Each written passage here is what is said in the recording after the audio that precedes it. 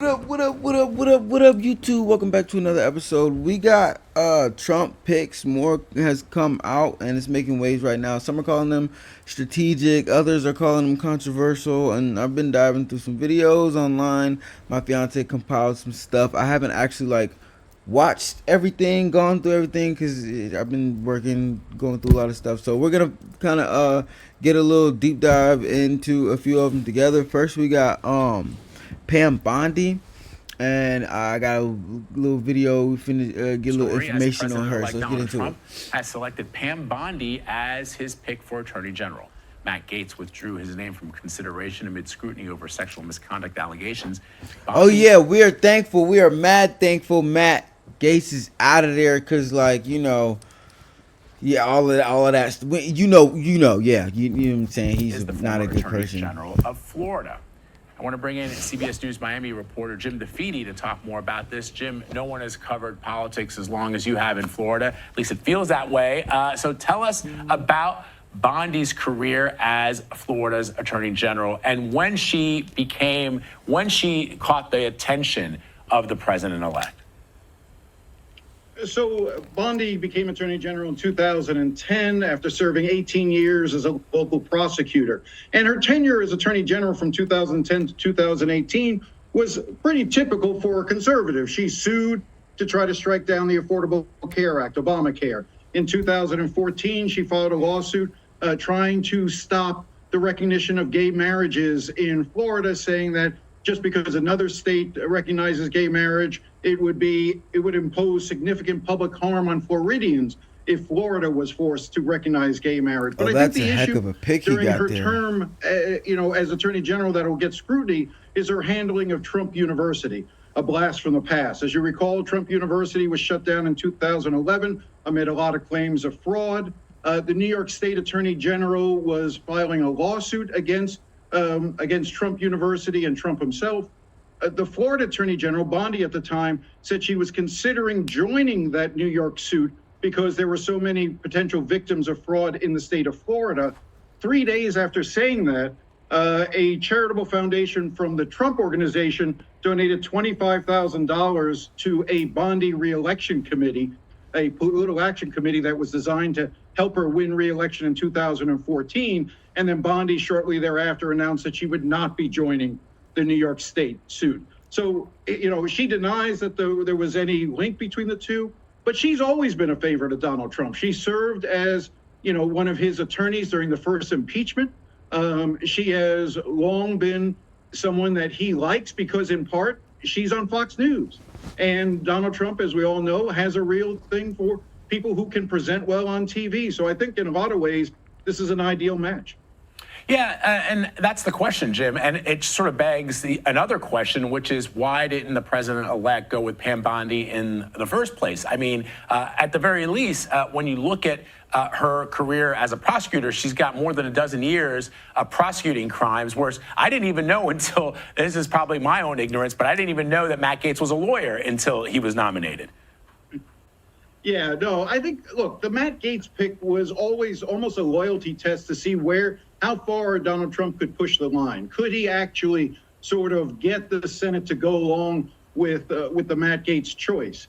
I also think it worked in a lot of ways for Matt Gaetz to be nominated this way so that he could resign from Congress just before the Ethics Commission was scheduled to release their report. Of course, I don't think that worked out well for them because the level of scrutiny that Gaetz received ended up forcing him to step down. But I don't think that's necessarily the last we'll see of Matt Gaetz.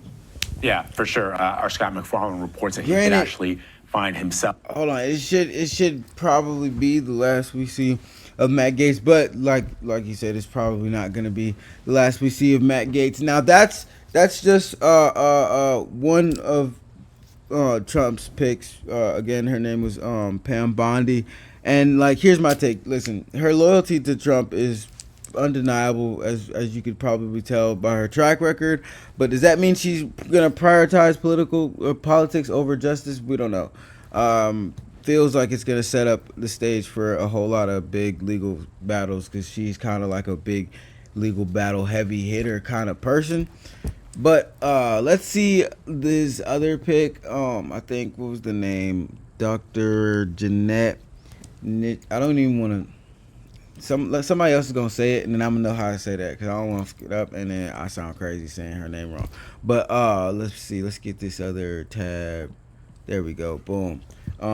Yeah, this is the Surgeon General that was Fox appointed. News alert. Trump has just named Dr. Jeanette Nesheiwat as Surgeon General of the United States. Joining us now, Dr. Mark Seagull, Fox News medical contributor and NYU Langone professor of medicine. Dr. Seagull, she is a familiar face on Fox, not just during the pandemic, but long before that. She was also a Homeland Security advisor at the end of the last Trump administration. She's double board certified medical doctor, ER medicine, family medicine. What can you tell us about this appointment? I've worked very closely with her over the last 4 years, and during the pandemic, she's very dedicated. She's a very kind person. She's also made many humanitarian trips around the world during times of crisis, like in Haiti, like in Morocco. And I think she has a lot of skills she can bring to bear. And you know, Laura, one of the main things the Surgeon General does is they put out advisories, messaging, and I think you're going to see a lot of that from her. And that can go across the aisle, too. Maybe this issue of food that we're going to talk about, the issue of obesity. Sorry. Dr. Siegel, excuse me, it was my mistake on the Homeland Security advisor. I was on the wrong, that was wrong, so sorry about that.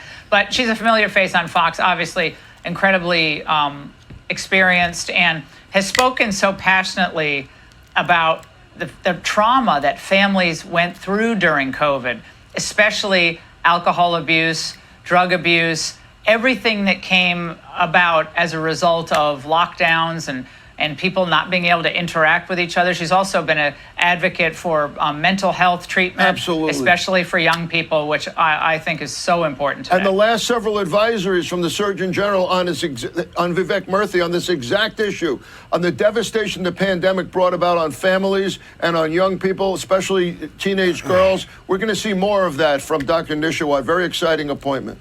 And I think to your point that this is one of the top positions where communication skills, I mean, it's always important to be a great communicator, like you, Dr. Siegel, but she truly is an amazing communicator, making complex issues, and you both have that talent, making complex issues understandable without sounding like she's lecturing us, talking about what's important, and to the point of preventative medicine. How important is her experience given what we know about Robert F. Kennedy Jr. and what he wants to stress over at HHS? Very important to get to people before they get to the doctor's office, to send that message. How do we get you to lose weight? How do we get you to be healthy before you ever need anything for the sick care system we have now? And to your point, her humbleness, or the way she speaks directly to Americans, they notice that. Nobody wants to feel talked down to when they're feeling vulnerable already.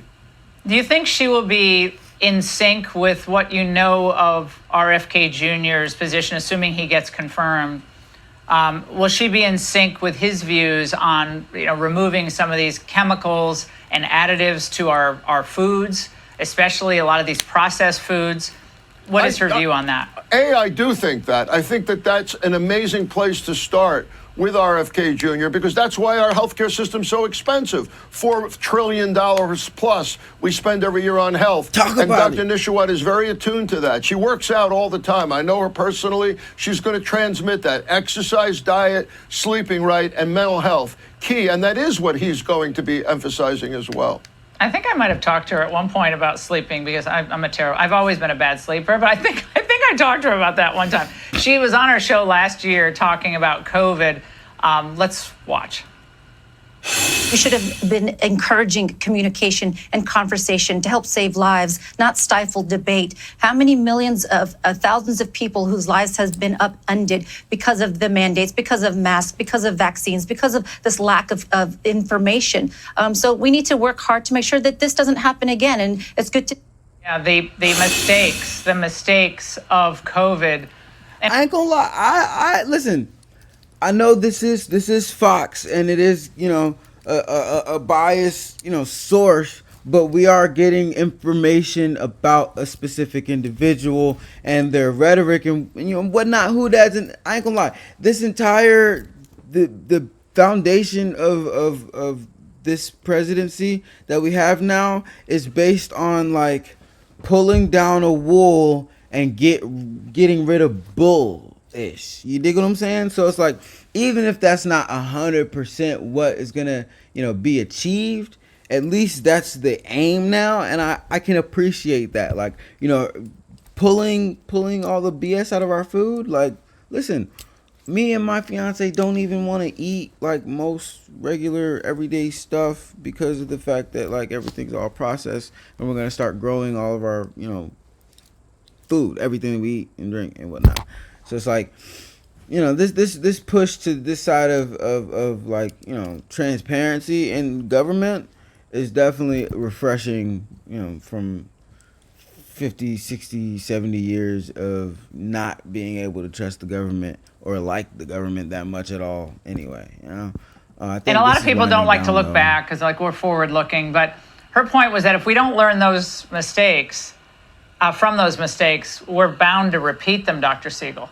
Hyperventilating on a virus without looking at the collateral damage it caused to everyone, not just from the lockdown. Yeah, that's mostly wrapped up. We've gotten a pretty good gauge at who, I mean, we're gonna get into it more and more as time goes on and they make moves and whatnot. We're gonna stay on them and keep, like holding a flame to the rhetoric that they put out versus what they do and whatnot.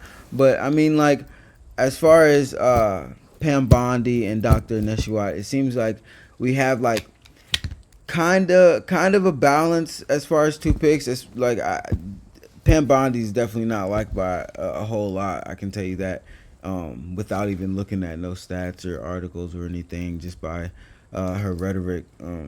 She's definitely not liked by a whole lot. But on the flip side of it, you have Dr. Neshwat, which she's probably appreciated a lot more than she's not appreciated. To a little bit of a contrast there. Take and give. We're not going to get everything we like. We're not going to get everything we love, but it's not going to be too much. Hopefully, not be too much of what we hate. You dig what I'm saying? So all we can do is sit back and see. Let me know in the comments what y'all think about these two new Trump picks. And if y'all don't like a pick, put in who you think would be a better replacement. Don't just tell me you don't like him. Let me know who you think would be better. If not, then I mean, tell me you could do it. You know what I mean? If you don't like him, you might be able to do a better job. You dig what I'm saying? Nah, I love y'all.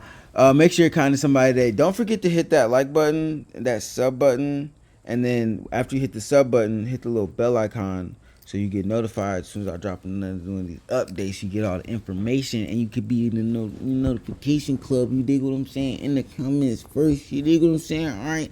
I love y'all. Make sure you're kind to somebody. I'm gonna catch y'all on the next one.